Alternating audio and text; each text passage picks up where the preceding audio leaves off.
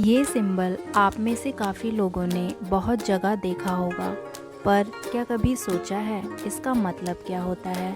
काफ़ी लोग इस सिंबल को गुड लक के रूप में भी इस्तेमाल करते हैं। इस सिंबल को कहते हैं यिन एंड यांग और आज हम इसी बारे में बात करेंगे।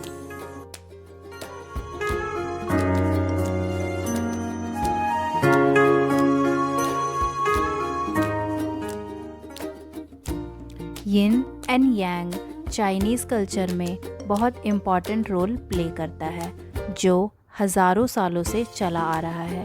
ये केओस एंड ऑर्डर को दर्शाता है, मतलब एक के बिना दूसरे का कोई वजूद नहीं। यूनिवर्स कॉस्मिक ड्यूअलिटी से मिलकर बना है। इसमें प्रेजेंट हर चीज़ की दो ऑपोजिट साइड्स होती हैं, जो एक दूसरे को कॉम्प्लीमेंट करती हैं। कभी कभी नेचर वाइज यिन को फेमिनिन और यांग को मैस्कुलिन भी बोला जाता है।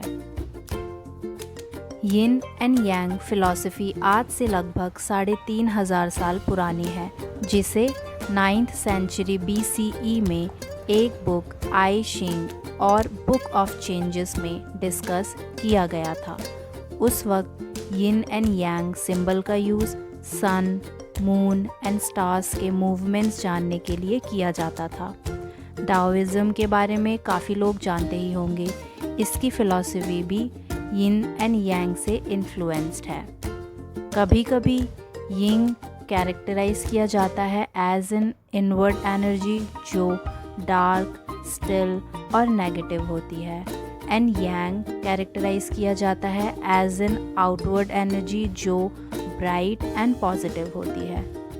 यिन एंड यांग पेयर में ही आते हैं, जैसे moon and sun, female and male, dark and bright, cold and hot, passive and active, negative and positive.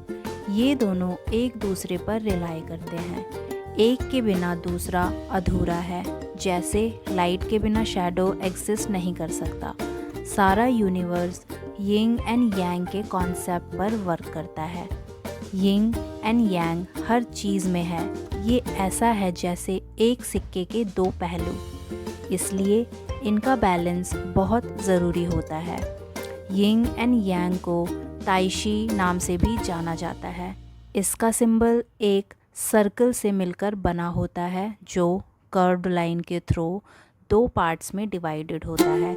एक पार्ट ब्लैक होता है, जिसे यिन कहते हैं, एंड दूसरा वाइट, जिसे यांग कहते हैं। दोनों साइड्स के सेंटर पे एक दूसरे के ऑपोजिट कलर का डॉट होता है, जिसका मतलब है दोनों साइड एक दूसरे का सीड कैरी करते हैं। कर्वी लाइन बताती है इन दोनों ऑपोजिट्स के बीच कोई सेपरेशन नहीं है। इसलिए यिन एंड यांग सिंबल यूनिवर्स में प्रेजेंट हर एक चीज़ की दो साइड दर्शाते हैं, जैसे duality, paradox, unity in diversity, change and harmony. लाओ त्सु अपनी book the Tao T C में फेमिनिन द ग्रेट मदर के बारे में बात करते हैं, जो एक मिस्टीरियस पैसिव फोर्स है, जिसे ब्लैक पार्ट और मैस्कुलिन जो विजिबल एंड प्रोमिनेंट है उसे वाइट पार्ट दर्शाता है।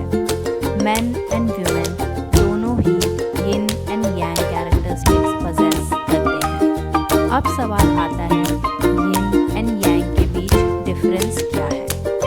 यिन क्या हो सकता है एंड यांग क्या हो सकता है? यिन एंड यांग क्या है, ये सिचुएशन पर डिपेंड करता है। लाओ त्सु ने ताओ टी शी के चैप्टर 2 में कहा है, being and non being produce each other. Difficult and easy एक दूसरे को कॉम्प्लीमेंट करते हैं। लॉन्ग एंड शॉर्ट एक दूसरे को डिफाइन करते हैं। हाई एंड लो एक दूसरे को अपोज करते हैं। इन सभी एग्जाम्पल्स में एक यिन है तो दूसरा यांग। यिन एक सीरीज ऑफ कैरेक्टरिस्टिक्स को दर्शाता है, जिनका nature cold, empty, dark and passive होता है। वहीं दूसरी तरफ यांग एक एक्टिव एंड मैस्कुलिन एलिमेंट माना जाता है, जो लाइट, वार्मथ, हाई, फुलनेस को दर्शाता है। इसलिए बीइंग यांग है और non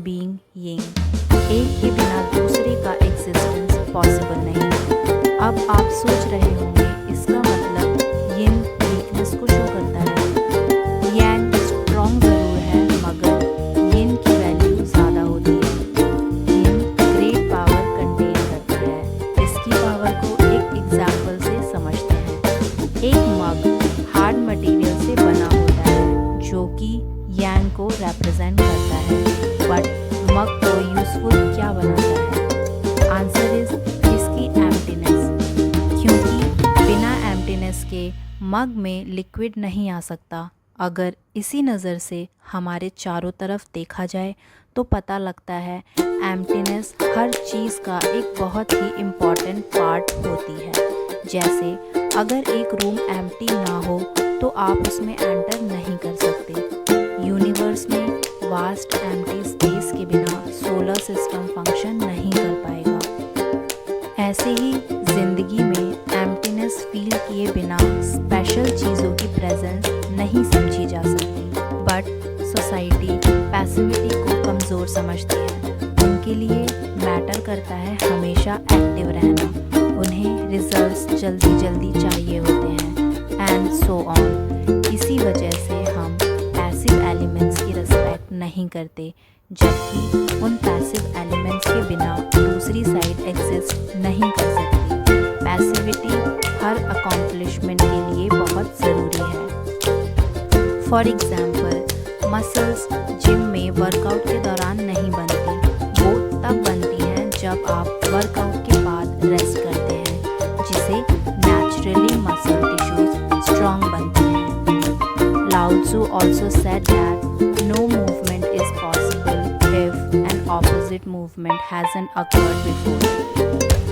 If you want something to return to the source, you must first allow it to spread out. If you want something to weaken, you must first allow it to be strong. If you want something to be removed, you must first allow it to flourish.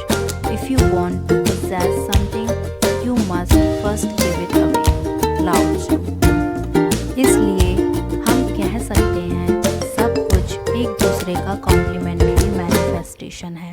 Yin and यांग एक दूसरे को create करते हैं, support करते हैं और complement करते हैं। यिन एंड यांग हर जगह है। Every object, every living organism, every cell, every single component. Non doing या एफर्टलेस एक्शन को दाओइस्ट व्यू वे भी कहते हैं, जिसका yin and yang important part है। वू वे इस बारे में है कि हमें कब एक्ट करना है और कब नहीं। ये फ्लो स्टेट को दर्शाता है, just go with the flow. जैसे पानी का नेचर सबमिसिव एंड वीक ज़रूर लगता है, पर पानी अपनी शेप रास्ते में आने वाली हर एक रॉक एंड स्टोन के अकॉर्डिंग बदल लेता है, फिर चाहे वो कितनी भी हार्ड क्यों ना हो। इसलिए ज़िंदगी में कुछ इवेंट्स पर एक्ट ना करना ही बेहतर है एंड रास्ते अपने आप बनते चले जाते हैं। वाइज पैसिविटी, जिसे यिन शो करता है, हज़ारों सालों से चाइनीज़ पॉलिटिक्स, डिप्लोमेसी और बिजनेस का बहुत इम्पॉर्टेंट पार्ट रही है।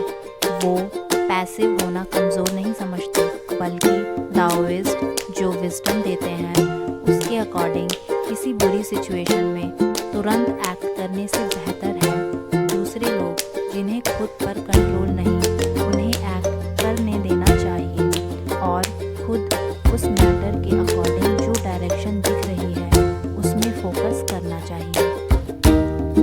इसलिए काफ़ी चीज़ों में हमारा एक्ट ना करना ही फ़ायदेमंद होता है, क्योंकि कभी कभी एक्ट करना उन सिचुएशंस को और बिगाड़ देता है। एक्ट ना करके हम यिन स्टेट में आ जाते हैं जो पैसिव रहती है।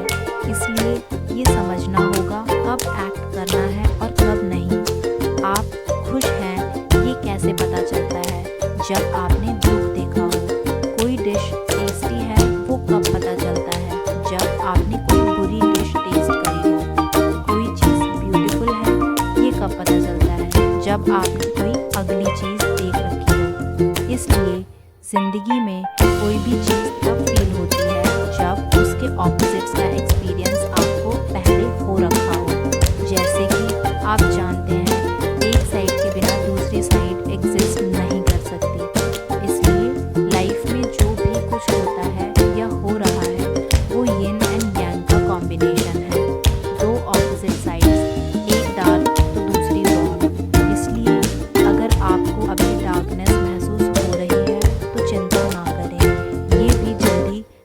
जाएगी